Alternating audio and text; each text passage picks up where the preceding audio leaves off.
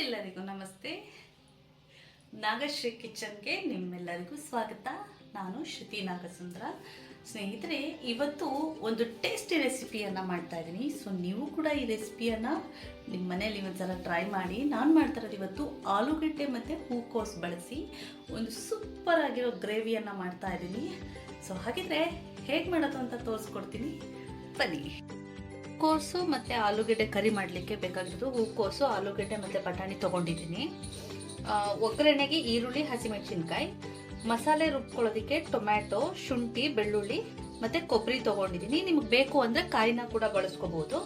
ಹಾಗೆ ಸ್ವಲ್ಪ ಸಾಂಬಾರ್ ಪೌಡರ್ ಇಲ್ಲ ಅಂದರೆ ವೆಜಿಟೇಬಲ್ ಮಸಾಲ ಅಥವಾ ಚಿಲ್ಲಿ ಪೌಡರ್ ಅಥವಾ ಧನಿಯಾ ಪೌಡರ್ನ ನೀವು ಯೂಸ್ ಮಾಡ್ಬೋದು. ಒಂದು ಮಿಕ್ಸಿ ಜಾರ್ಗೆ ಮಸಾಲೆ ರುಬ್ಕೊಳ್ಳೋದಕ್ಕೆ ಈಗ ಕೊಬ್ಬರಿ, ಶುಂಠಿ, ಬೆಳ್ಳುಳ್ಳಿ, ಟೊಮ್ಯಾಟೊ ಮತ್ತು ಸಾಂಬಾರ್ ಪೌಡರ್ನ ಹಾಕ್ಕೊಳ್ತಾ ಇದ್ದೀನಿ. ಈಗ ಫಸ್ಟು ಮಸಾಲೆಯನ್ನು ರುಬ್ಕೊಳ್ಳೋಣ. ಈಗ ಮಸಾಲೆ ರೆಡಿಯಾಗಿದೆ. ಈಗ ನಾನು ಬಾಣಲಿಗೆ ತುಪ್ಪ ಮತ್ತು ಎಣ್ಣೆ ಎರಡನ್ನೂ ಬಳಸ್ತಾ ಇದ್ದೀನಿ. ನಿಮಗೆ ಯಾವುದಾದ್ರೂ ಒಂದು ಬೇಕು ಅಂದರೆ ಅದರ ಒಂದನ್ನು ನೀವು ಬಳಸ್ಕೋಬೋದು. ಎಣ್ಣೆ ಕಾದಿದೆ. ಸಾಸಿವೆ, ಜೀರಿಗೆ, ಕಡಲೆಬೇಳೆ, ಉದ್ದಿನಬೇಳೆ,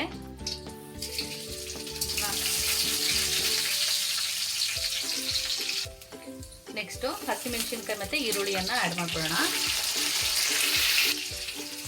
ಈಗ ಸ್ವಲ್ಪ ಚಿಟಿಕೆ ಅರಿಶಿನ ಆ್ಯಡ್ ಮಾಡ್ಕೊಳ್ಳೋಣ. ಹಾಗೆ ಈರುಳ್ಳಿ ಗೋಲ್ಡನ್ ಬ್ರೌನ್ ಬರೋವರೆಗೂ ಫ್ರೈ ಮಾಡ್ಕೋಬೇಕು.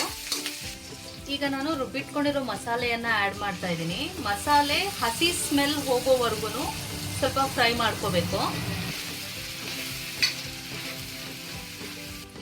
ನೆಕ್ಸ್ಟ್ ಈಗ ತೊಳೆದು ಇಟ್ಕೊಂಡಿರುವಂತಹ ಹೂಕೋಸು, ಆಲೂಗಡ್ಡೆ ಮತ್ತು ಬಟಾಣಿಯನ್ನು ಆ್ಯಡ್ ಮಾಡ್ಕೊಳ್ತಾ ಇದ್ದೀನಿ. ಈಗ ರುಚಿಗೆ ತಕ್ಕಷ್ಟು ಉಪ್ಪನ್ನು ಆ್ಯಡ್ ಮಾಡ್ಕೊಳ್ಳೋಣ.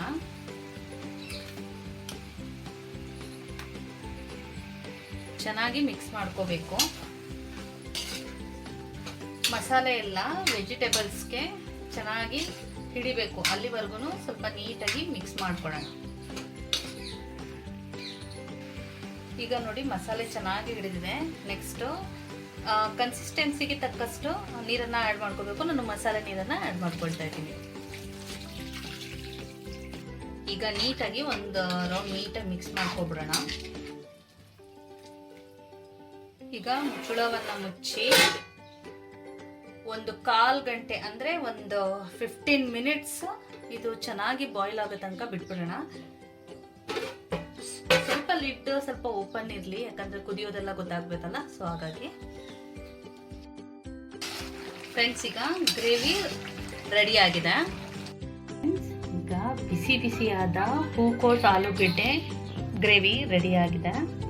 ನೀವು ಕೂಡ ಈ ರೆಸಿಪಿಯನ್ನು ಟ್ರೈ ಮಾಡಿ, ಟೇಸ್ಟ್ ಮಾಡಿ. ಹಾಗೆ ನಿಮ್ಮ ಅನಿಸಿಕೆ ಅಭಿಪ್ರಾಯನ ನನಗೆ ಕಮೆಂಟ್ ಮುಖಾಂತರ ತಿಳಿಸ್ಕೊಡಿ. ಮತ್ತೊಂದು ಇಂಟ್ರೆಸ್ಟಿಂಗ್ ರೆಸಿಪಿ ಜೊತೆ ನಾನು ಮತ್ತೆ ಸಿಗ್ತೀನಿ. ಸೊ ಅಲ್ಲಿವರೆಗೂ ಟೇಕ್ ಕೇರ್. Bye bye.